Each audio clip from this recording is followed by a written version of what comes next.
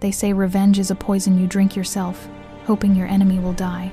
Molly's mother had gasped those words with her final breath, flames devouring their village, Warren's war cry still echoing through smoke-filled air. But when you're the last Omega standing in the ashes of everything you loved, when the man who murdered your family sits crowned and untouchable, you learn that some poisons are worth drinking. You learn to smile while your soul screams. You learn to serve wine to monsters and call them Your Majesty. And tonight, at the Heirs Festival celebrating the birth of Warren's son while his queen lay cold in her tomb, Molly would take her first sip of that poison or drown in it trying.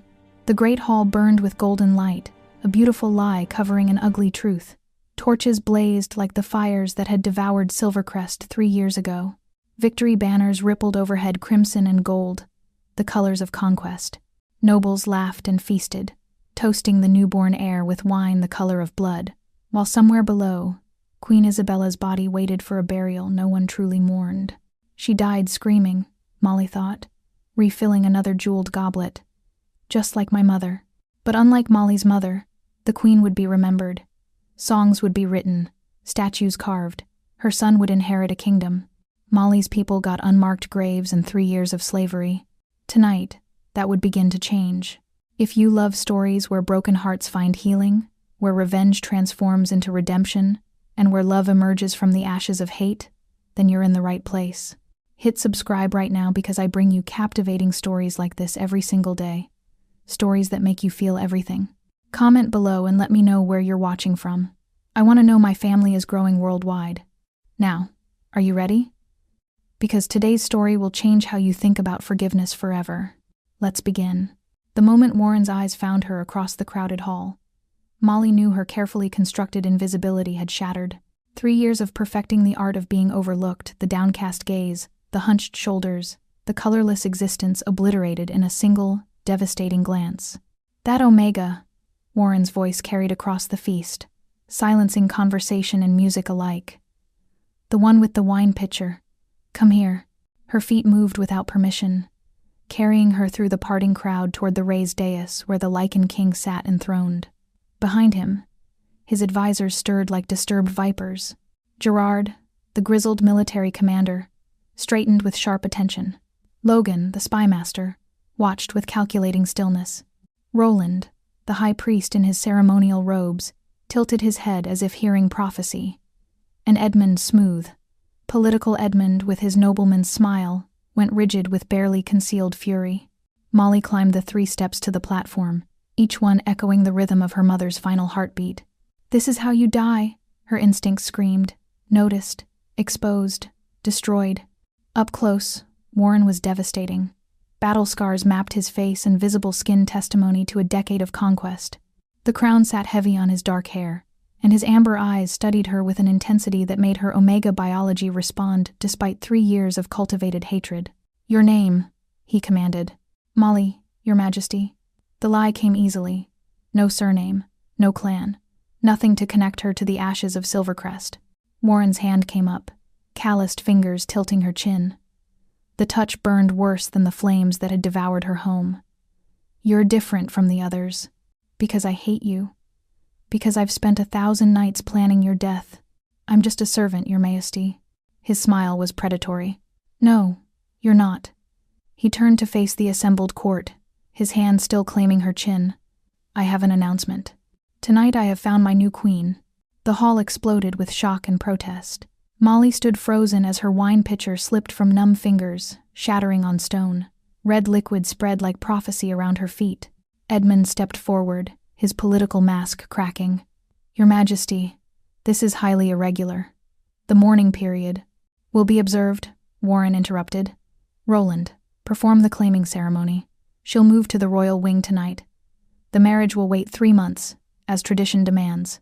Roland moved forward with ceremonial oil and ancient words, binding her to Warren with ritual older than the kingdom itself. Molly's mind raced with fragments of memory. Her father's execution, her mother's screaming, the smell of burning flesh. They dragged her to this palace in chains. One Omega among dozens, a spoil of war to be broken and forgotten. But Warren hadn't forgotten her. Somehow, impossibly, he'd seen her. The ceremony concluded. Nobles were dismissed. Servants scattered to prepare chambers. Finally, Warren led her to a private alcove, away from watching eyes. "I don't understand this," he said quietly, and for the first time, she heard something other than command in his voice. Confusion. Loneliness. Isabella was on duty, a political match with no fire, no passion. "But you." His eyes searched her face. "I don't know why you captivate me, but I intend to discover the reason. Because I'm the ghost of everyone you killed," Molly thought. "Yes, Your Majesty," she whispered instead, lowering her eyes in false submission. Inside, her heart sang with dark triumph. He'd brought her close, given her access, handed her the knife that would eventually find his heart. The game had changed. But vengeance was patient. Molly had learned patience very well. The advisors came to her chambers like wolves circling wounded prey, each with their own agenda wrapped in courtly politeness. Gerard arrived first, his military bearing making the opulent room feel suddenly too small. "I'll be direct, girl. The king's judgment is usually sound, but this," he gestured at her silk gown, the jeweled chambers, the evidence of her sudden elevation, "is madness. You're a servant. No family, no bloodline, no training for court." His scarred face softened slightly. "If you care for him at all, you'll walk away before you destroy his credibility. If I cared for him, old man, I'd have slit his throat 3 years ago and spared us both this dance." "I serve the king's will," Molly said simply, keeping her voice steady. Gerard studied her with warrior's eyes that had seen too many battles, then nodded curtly and left. Edmund came next, smooth as oil on water. His political smile never reached his calculating eyes. "How extraordinary, your rise from obscurity." He circled her like a predator. The king should marry strategically the Lady Cordelia of House Ravencrest, perhaps. Powerful allies, ancient bloodline. But instead... His smile sharpened. An Omega servant captures his attention. One wonders what arts you employed. The accusation hung between them. Omega manipulation, dark magic, seduction. All lies, but dangerous ones. "I employed nothing, Lord Edmund. The king chose me." "Yes, he did." Edmund's eyes glittered with something cold and patient. "How fortunate for you. How unfortunate for those who had other plans." The threat was velvet-wrapped, but unmistakable. He bowed with perfect courtesy and withdrew, leaving ice in his wake. Logan appeared that evening, materializing from shadows like he'd always been there. The spymaster said nothing at first, simply watched her with eyes that saw too much. "You hold yourself like a fighter," he finally observed. "Servants don't stand that way. Soldiers do." Molly's heart lurched, but she kept her expression neutral. "I don't know what you mean." "Don't you?" Logan tilted his head. "I know every servant in this palace. Their histories, their families, their secrets. Yours is remarkably blank, as if you appeared 3 years ago from nowhere." He moved to the door, paused. "The king is a good man trying to escape a brutal legacy. Whatever game you're playing, I suggest you consider that carefully." Roland came last, bringing sacred oils and blessings. The high priest's kindness felt genuine, but Molly had learned that predators wore many faces. "The moon goddess works in mysterious ways," he said softly, anointing her forehead. "Some might call your selection chance. I call it destiny. You and Warren are bound now not just by ceremony, but by fate itself." "And if fate is cruel?" Molly asked before she could stop herself. Roland's eyes held ancient sorrow. "Then we trust that even cruelty serves a greater purpose." After they left, Clara, her only remaining friend from the servant quarters, slipped in through the side entrance. "The whole palace is talking," she whispered urgently. "Half think you've bewitched him. The other half think he's lost his mind with grief. Lady Cordelia is furious. Lord Edmund is recruiting allies. And the king..." She hesitated. "He's been ordering gifts for you. Jewelry, gowns, books. He's courting you like a lovesick boy." The words made Molly's stomach turn. She didn't want Warren's courtship. She wanted his blood. That night, while Warren attended to his newborn son, Molly searched his chambers. She needed evidence, battle orders, conquest plans, something to justify the hatred that kept her warm at night. Instead, she found his journal. The leather-bound book was hidden poorly, as if part of him wanted it discovered. Molly's hands shook as she opened it, expecting to find a conqueror's proud accounts of victory. Another village burned today. Edmund assured me it was necessary rebels hiding among civilians. But the screams, the children's screams, Father would have been proud. I am sickened. She turned pages with growing horror. I see their faces when I close my eyes. All the villages, all the dead. I told myself I was building peace through strength. Was I just building my father's kingdom with his methods? Isabella died today. I should feel grief. Instead, I feel nothing. We barely knew each other. A political arrangement that killed her. Is that what I've become? A man who destroys everything he touches? The final entry was dated yesterday. I saw an Omega at the feast tonight. Something in her eyes, fire, pain, defiance. She looked at me like I was a monster. She might be right. But God's help me, I can't look away. Molly's hands trembled as she closed the journal. This wasn't the writing of a remorseless tyrant. This was a man haunted by the legacy he'd inherited, questioning everything he'd been taught to believe. This was so much worse than a monster, because monsters were easy to kill. But a man trying to be better than his father? A man who saw his own darkness and hated it? That man was human.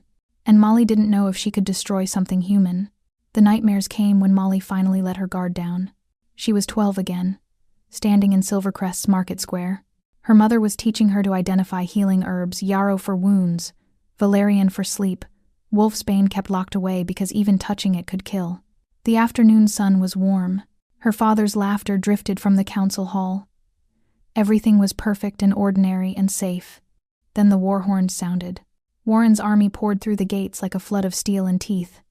Soldiers in crimson and gold, bearing the king's standard, cutting down anyone who resisted.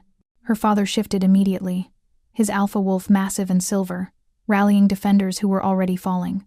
"Run!" her mother screamed, shoving Molly toward the forest. "Run, and don't look back." But Molly had looked back, had seen the soldier's sword take her mother in the throat, had watched her father fight 3 warriors at once before Warren himself entered the fray. The Lycan King in his prime, unstoppable, terrifying. The challenge lasted seconds. Her father fell with his throat torn out. The flames came next. Soldiers with torches, setting everything ablaze. The screaming. Gods, the screaming. Molly woke with a scream trapped in her own throat. Sheets tangled around her like burial shrouds. Her body shook violently, sweat-soaked and gasping. The connecting door burst open. Warren filled the doorway in sleeping clothes, hair disheveled, eyes wild with concern. "Molly, don't touch me." The words came out raw and panicked. He froze, hands raised in surrender. "You're safe. You're in the palace. Whatever you dreamed. You don't know what I dreamed." She pulled her knees to her chest, hating how small and broken she sounded, hating that he'd seen her like this. Warren moved slowly, like approaching a wounded animal, and sat at the far edge of her bed. "The screaming wakes me too," he said quietly. "Every night. Different faces, same sounds. People I've killed, villages I've burned." His amber eyes were hollow in the dim light. "I tell myself I was following my father's orders, that I was too young to question. But that's a coward's excuse, isn't it?" Molly stared at him, caught off guard by the raw admission. "I was 16 when I killed him," Warren continued, looking at his scarred hands. "My father, the old king. He wanted me to execute prisoners, women, and children from a conquered territory. I refused. He called me weak, unworthy. So I challenged him." His voice dropped to barely a whisper. "It took me 3 minutes to tear his throat out. Best thing I ever did, and the worst. Because every decision I've made since, I've wondered, am I being strong, or am I just becoming him?" He looked up, and Molly saw something she'd never expected in a conqueror's eyes. Genuine anguish. "I've spent 10 years trying to be different, trying to build something better than the kingdom he left me. But I inherited his wars, his enemies, his methods. And now I look at the scars on my hands, and I can't remember which ones I earned fighting him, and which ones I earned becoming him." The vulnerability was devastating. Molly felt her carefully constructed hatred cracking, and she desperately wanted to hate him more for making this complicated. "The nightmares," she whispered. "Do they ever stop?" No. Warren's honesty was brutal, but they become manageable. With time. With purpose. He studied her face. What did you lose? Everything. Everyone. You took it all. I don't want to talk about it. Something flickered in his expression, understanding, maybe, or recognition of his own deflection tactics. He stood to leave, and Molly felt something treacherous twist in her chest. Relief and disappointment warring inside her. At the door, he paused. For what it's worth, I'm sorry. For whatever hurt you. For whatever made you dream like that. His voice was soft. You're safe now. I'll make sure of it. Then he was gone, and Molly was left alone with her racing heart and the growing horror of what she was beginning to feel. Morning brought Edmund. He appeared in her chambers uninvited, all political charm and hidden knives. We should speak plainly, you and I. I have nothing to say to you, Lord Edmund. No? He circled the room, examining her new belongings with calculated interest. How strange. Because I have quite a bit to say about you. About your history. Or rather, your remarkable lack thereof. His smile was sharp. Servants have families, references, histories that can be traced. You have none of these things. You simply appeared 3 years ago, as if born from smoke. Molly's blood ran cold, but she kept her expression neutral. I was displaced by war. Many lost their records. True. Yet you carry yourself like nobility trying to play peasants. You hold yourself like someone trained for combat. And most intriguing, he leaned close. You look at the king with precisely calculated hatred that you think you're hiding. I don't. Please. Edmund's voice dripped with disdain. I've spent 30 years reading people. You're transparent as glass to me. Whatever your game is, whatever you want from Warren, I want you to understand something very clearly. His eyes went cold as winter stone. The king is distracted by you. That could be problematic. For everyone. I'd hate to see you meet with an unfortunate accident before we discover who you really are. The threat hung in the air like poison. Was that all, Lord Edmund? For now. He moved to the door, paused. Enjoy your chambers, Molly. I do hope you get to keep them. It would be such a shame if something were to cut your time here short. After he left, Molly stood frozen, her mind racing. Edmund suspected, possibly knew. And Warren with his haunted eyes and brutal honesty, was making everything so much more complicated than it should be. She'd come here for revenge, clean, simple, justified, but nothing about this was simple anymore. And the worst part? She was starting to care. The kitchen was warm with the smell of bread and conspiracy. Molly had slipped down through the servant passages after midnight, drawn by Clara's urgent note. 3 other women waited, all survivors who'd known her before silk gowns and royal chambers changed everything. Edmund's been meeting with nobles, Clara whispered, kneading dough with nervous hands. Secret gatherings in the West Tower. Lord Ambrose, Lady Ravencrest's father, and others who wanted Warren to marry strategically. Old Marta, who'd worked the palace for 40 years, leaned close. He's consolidating power, child, preparing for something. The way he watches the king.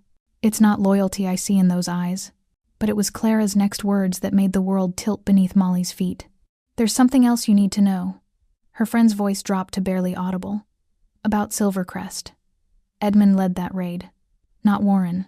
The kitchen spun. What? Warren approved the conquest, I won't lie about that.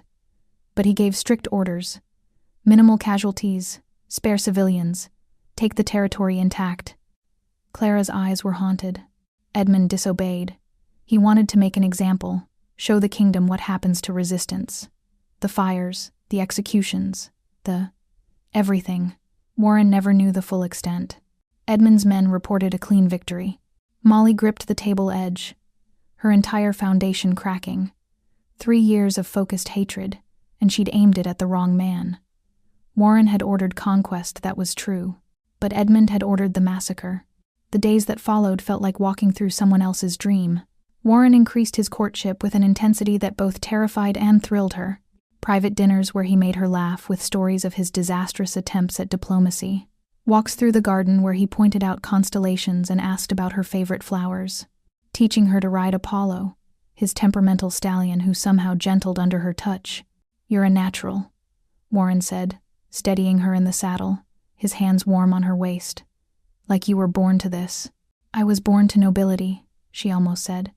Before Edmund destroyed it all. One evening, as sunset painted the garden gold, Warren stopped walking and turned to face her. I need you to understand something. Isabella was on duty, a political arrangement that neither of us chose. We were cordial strangers who happened to share a crown. His amber eyes held hers. But you're something I can't explain, something real.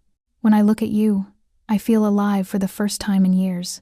Like maybe I can be more than my father's shadow. Molly's heart cracked open despite every defense she'd built. This man, complicated, haunted, trying so desperately to be good, was nothing like the monster she'd imagined for 3 years. Before she could respond, Gerard's heavy footsteps interrupted. His expression was grim. Your Majesty. Border skirmish with Nordheim. 3 villages attacked. You're needed. Warren's jaw tightened. How long? 2 weeks, minimum. Molly felt ice spread through her veins as Warren turned back to her, conflict written across his scarred face. I have to go. Edmund will oversee the palace in my absence. He took her hand. Promise me you'll be careful. Something feels wrong about all this. And He stopped. Struggled with words. I need you safe. After he left, Molly stood alone in the garden, understanding crystallizing with terrible clarity. Warren was leaving. Edmund would have complete control, and she, the servant who'd risen too high, who threatened his plans, who he'd already threatened once, was trapped in a palace with the man who'd actually murdered her family. Her revenge target had shifted, but that knowledge might come too late to save her. The sickness started on the 3rd day of Warren's absence. Not dramatic, just enough to make Molly's hands shake, her stomach rebel, her mind fog with exhaustion. The palace physician found nothing wrong, but Molly knew poison when it was slowly killing her. The rumors spread faster than the toxin in her veins. Whispers in corridors, servants averting their eyes. Dark Omega magic. Bewitched the king. Unnatural influence. Lady Cordelia's faction grew bolder, their contempt no longer hidden behind courtly masks. Edmund watched it all with the satisfied patience of a spider in his web. She was being erased. Slowly, carefully. By the time Warren returned, she'd either be dead or so discredited that her removal would seem merciful. Logan found her in the library on the 5th night, hunched over books she could barely focus on. The spymaster moved like smoke, suddenly present in the chair beside her. You're being poisoned, he said without preamble. Small doses in your wine, nightshade mixed with other herbs to mask the symptoms. Edmund's specialty learned it from assassins during the border wars. Molly's hands tightened on the book. Why tell me? Because the king would never forgive me if I let you die. Logan's dark eyes studied her. And because I suspect you have information that could stop Edmund before he moves against Warren himself. He leaned forward. Tell me the truth. Who are you really? The moment stretched between them, sharp as a blade's edge. Molly had kept her secret for 3 years, but Logan was offering her a lifeline, and she was drowning. Silvercrest, she whispered. My father was the Alpha. Edmund killed my parents, burned my home. I came here for revenge. Logan didn't look surprised. Against Warren? I thought. Her voice cracked. I thought he ordered it all. The massacre, the fires, everything. He ordered the conquest. Edmund delivered the massacre. Logan's jaw tightened. I was there. I argued against the brutal tactics. Edmund overruled me, said the king wanted an example made. It was a lie. Warren's orders were explicit. Minimal casualties, spare civilians. Edmund wanted blood. Wanted to prove himself more ruthless than the old king. He paused. Warren has regretted that war for 3 years. He just doesn't know the worst of what happened in his name. The words cut deeper than any blade. Molly had built her entire identity around hating Warren. Who was she if that foundation crumbled? Help me gather evidence against Edmund, Logan continued. Real evidence, battle orders, correspondence, anything proving he disobeyed the king. We can end this before Warren returns to a coup. They worked through the nights that followed, stealing through Edmund's chambers, copying documents, and building a case. And in the quiet hours, Molly confronted the truth, growing inside her like an unwanted flower. She had feelings for Warren. Real ones. The way he listened when she spoke. His rare, devastating smile. How he saw her, truly saw her, when she'd spent 3 years trying to be invisible. She hated herself for it. Hated that revenge was slipping through her fingers like water. Hated that she was starting to imagine a future that didn't taste like ashes. But mostly, she hated that killing Warren wouldn't bring her parents back. Wouldn't heal the broken child still screaming inside her. Wouldn't do anything except add more blood to an already soaked earth. Without hatred, who was she? Without vengeance driving her forward, what remained? The answer terrified her. A woman who might want to live instead of just survive. A woman who might choose love over justice.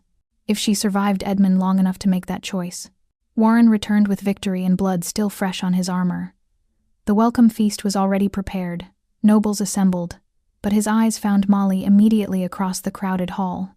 His expression shifted from triumph to fury in a heartbeat. He crossed to her in 3 long strides, hands coming up to frame her face. "What happened to you?" The tenderness in his voice made her chest ache. She was thinner, paler, shadows carved deep beneath her eyes. "Who did this?" Before Molly could answer, Edmund was there with his politician's smile. "Your Majesty, welcome home. We should discuss the border situation later." Warren's eyes never left Molly's face. "I want to know what's happened here." The feast proceeded with false celebration. Molly stayed close to Warren, hyper-aware of every cup poured, every dish served. Logan had stopped the nightshade in her wine, but Edmund wouldn't stop. Not now. Not when Warren was back and asking questions. She saw it happen in slow motion. A servant she didn't recognize approaching Warren with wine. The liquid catching torchlight too dark, too thick. The servant's nervous hands. Edmund watched from across the hall with barely concealed anticipation. Molly moved on instinct. Her hand shot out, knocking the goblet from Warren's grasp. Wine exploded across the stone floor, droplets spattering her gown like blood. The hall went silent. "Poison," Molly gasped. "Don't drink it. That wine is poisoned." Warren's alpha presence filled the room, suffocating and absolute. "Gerard, secure that servant. Roland, test the wine." He turned to Molly, pulling her against his chest. "You're certain? I've served wine for 3 years. I know when something's wrong." Edmund stepped forward, his mask of concern perfectly crafted. "Your Majesty, I hate to suggest this, but we must consider all possibilities." Lady Molly had access to the wine. She's an Omega servant with no verifiable history who's risen impossibly high, impossibly fast. Could she be a spy? An assassin who lost her nerve at the last moment and staged this? "Enough." Warren's growl was barely human. "My king, you're too close to this, too compromised by your feelings."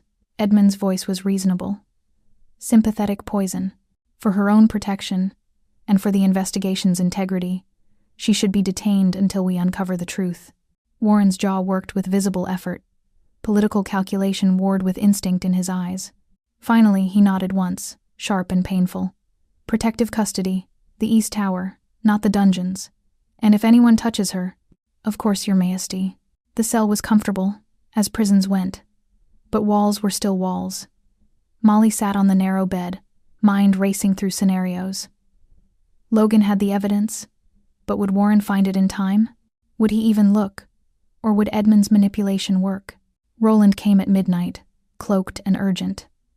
The priest's kind face was ravaged with guilt. "I knew your father," he said without preamble. "I was there. At Silvercrest. I watched Edmund's soldiers burn everything, kill everyone, while I stood frozen with my sacred oils and empty prayers." His voice broke. "I've carried that guilt for 3 years. I should have stopped it. Should have told Warren the truth. Why didn't you?" Fear. Cowardice. By the time I understood the full scope of Edmund's deception, he'd consolidated too much power. But I can testify now. I can tell Warren everything I witnessed. I just need proof to back my words. Logan has it. Documents from Edmund's chambers showing he disobeyed Warren's orders. Roland gripped her hand. "Then we have a chance." Warren is tearing the palace apart looking for evidence.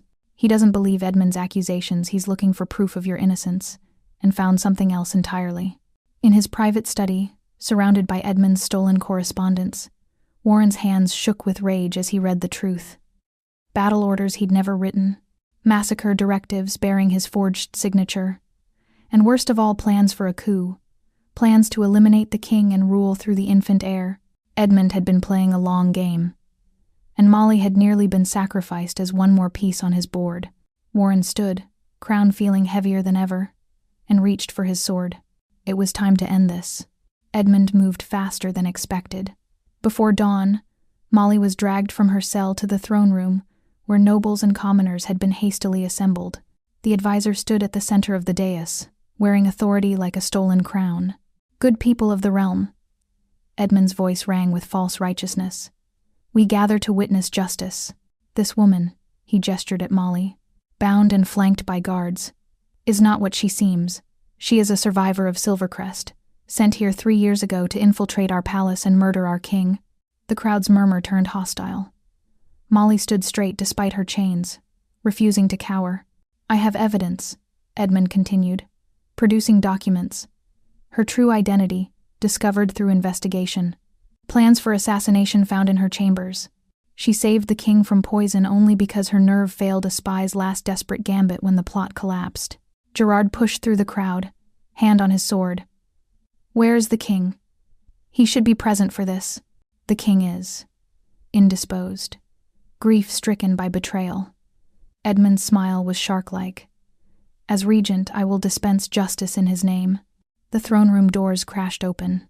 Warren stood silhouetted against morning light, crown gleaming, armor still bearing the dirt of travel and investigation. Logan and Roland flanked him, arms full of documents.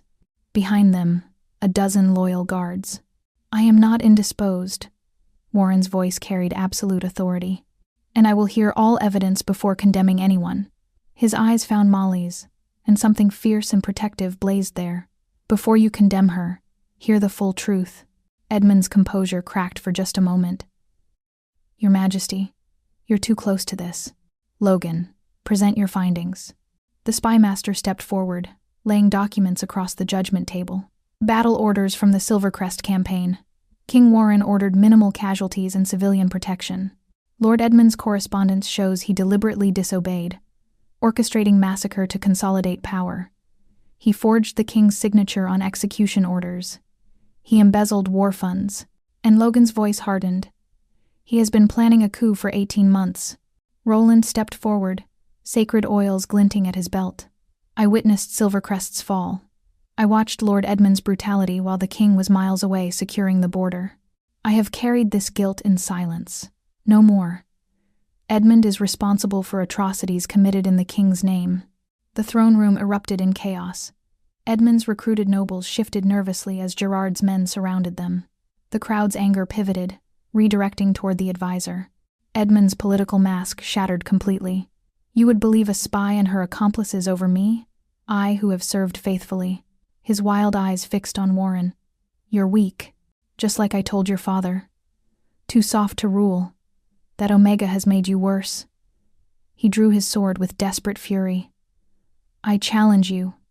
Combat for the throne, if you have the spine for it." Warren descended the dais slowly, removing his crown and handing it to Roland. "I accept." The fight was brutal and swift. Edmund fought with the dirty tactics of a man who had nothing left to lose. Hidden blades, eye-gouging attempts, exploiting every opening. But Warren was the superior warrior, trained since childhood, bearing scars from 100 real battles. It ended with Edmund disarmed and on his knees, Warren's blade at his throat. The throne room held its collective breath. "My father would have killed you," Warren said quietly. "Would have made your death an example. Would have executed your family and burned your house to ash." He lowered his sword. "I am not my father. You'll be tried by law, judged by evidence, and imprisoned for your crimes. That is justice, not revenge." Edmund spat blood and hatred, but guards dragged him away. Warren crossed to Molly, breaking her chains with his bare hands.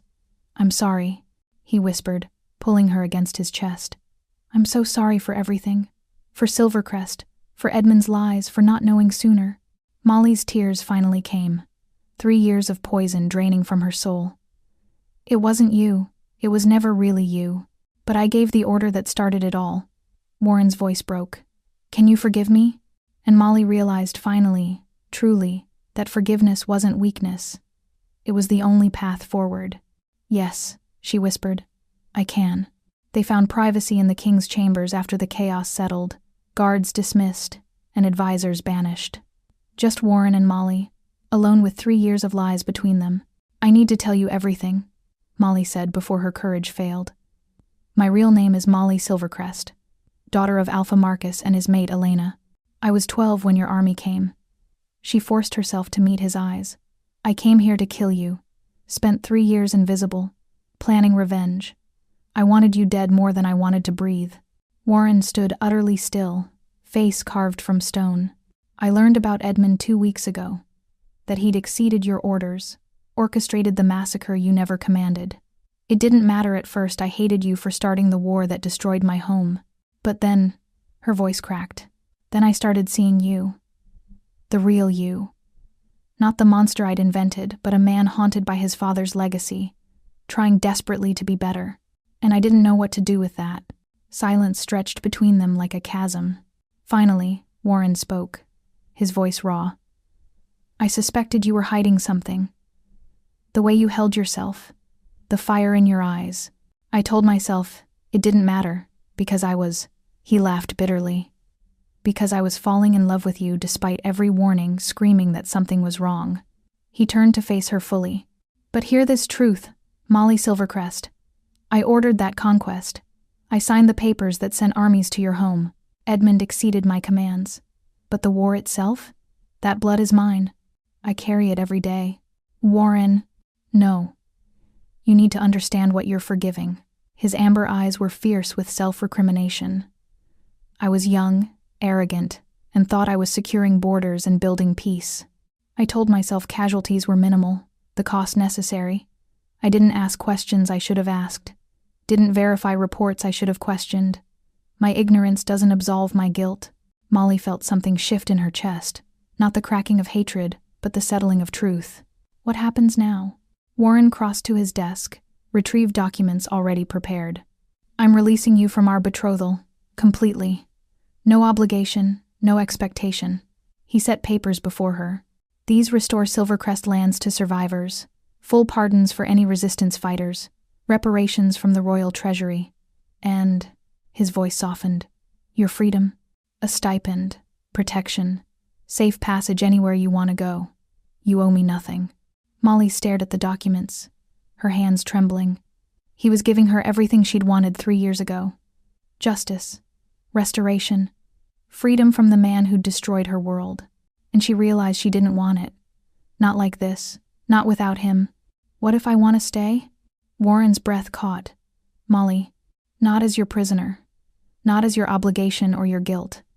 She stepped closer, heart thundering. "But as your partner, your equal, someone who chooses you freely because I want to build something better than what we both lost. You should hate me. I did. God, I did." Tears streamed down her face. "But hatred won't bring my parents back, won't heal my scars, won't stop the cycle of violence that destroyed both our families." She took his scarred hands in hers. "We can't change the past, but maybe we can stop it from happening to anyone else." Warren pulled her close, forehead resting against hers. "If you stay, you're queen with real power. Not a trophy, not a possession. We reform this kingdom together, change how we treat conquered peoples, build councils with representatives from every territory, make sure no child grows up the way we did drowning in inherited wars." That's all I wanted to hear.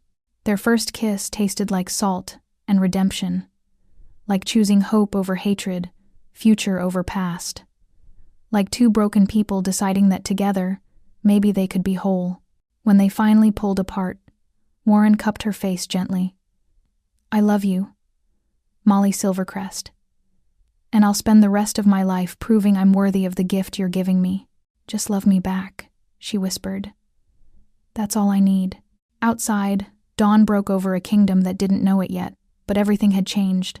Two people who should have been enemies chose instead to be partners, and that choice would reshape their entire world. One healed heart at a time. 3 months transformed a kingdom. The great hall that had once celebrated conquest now overflowed with possibility. But before celebration came reckoning. Warren stood before his assembled court, crown heavy on his head, and faced the survivors.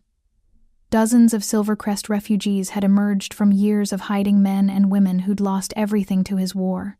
Their faces were carved with grief and suspicion. "I cannot undo what was done," Warren's voice carried to every corner. "I cannot bring back your dead or restore the years stolen from you. But I can offer the truth. I ordered a conquest, not a massacre. My advisor exceeded those orders, and I failed to discover his betrayal until too late.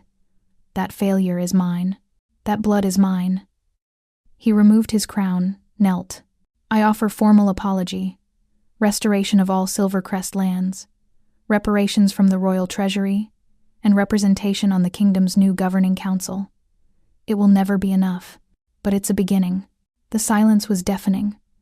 Then an older woman stepped forward, gray-haired, scarred, eyes like flint. "I am Vera Silvercrest. I remember your face the day our village burned. I've hated you for 3 years." Her gaze shifted to Molly, standing at the dais edge. "But my clan's daughter has chosen you. She was always wiser than the rest of us." She nodded once, sharp. "We accept your terms. Not forgiveness, not yet, but possibility." Molly descended the steps, and the survivors surrounded her, hands reaching, voices breaking, tears flowing freely. These were her people, the ghosts she'd carried alone for so long. They held each other like the lifeline they were, survivors clinging to proof that their world hadn't been completely erased. "We're still here," Vera whispered in her ear. "Because of you, because you survived." The coronation ceremony began as the last tears dried. Roland anointed Molly with sacred oils while Gerard presented the queen's crown, not the delicate ornamental piece Isabella had worn, but something new, forged from Silvercrest silver and royal gold, melted together and reformed, a symbol of fusion, not conquest. "By the authority vested in me," Warren's voice was steady, "I crown you, Molly, queen of this realm, with full governance powers, voice in council, authority over law, equal partnership in rule." The crown settled on her head, and Molly felt the weight of it, not oppression but responsibility, purpose. "My first official act as queen," she announced, voice ringing clear, "is to establish a council for all displaced peoples in this kingdom. Every territory, every conquered land, will have representatives with real power to shape policy and prevent future atrocities. Never again will anyone be voiceless." The hall erupted in genuine celebration. Not the forced gaiety of political theater, but real hope taking root. The marriage ceremony followed, and this time, there were no lies between them. Warren took her hands, scarred fingers gentle against hers. "I vow to honor your strength," he said. "To see you as a partner, never possession. To build with you, not rule over you. To be worthy of the trust you've given me." Molly's voice was steady despite tears. "I vow to help you be a better king than your father. To remind you when power blinds. To challenge you when you falter. To stand beside you when the weight becomes too much. We're stronger together than broken apart." Their kiss sealed more than marriage, it sealed transformation. As celebration swirled around them, a nurse brought forth the heir, Warren's son, 3 months old, dark-haired, amber-eyed. The child Isabella had died bringing into the world. Molly took him carefully, this innocent piece of the past. He gazed up at her with unfocused wonder, tiny hand gripping her finger. "I promise," she whispered, "to raise you with kindness, to teach you that strength comes from mercy, not cruelty, to make sure you never inherit hate, only hope." Warren wrapped his arms around them both, and Molly felt it, the ghost of the girl she'd been finally, truly at rest. She couldn't bring her parents back, couldn't undo the past's brutality, but she could build a future where no child stood in ashes, swearing vengeance. That would have to be enough. And somehow, miraculously, it was, and that's our story. Merry Christmas, my beautiful family.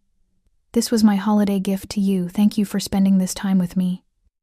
Your support means everything. If this story touched your heart, leave a like and share the magic. I'll see you tomorrow with another tale. Until then, may your holidays be filled with love, healing, and hope. Stay blessed.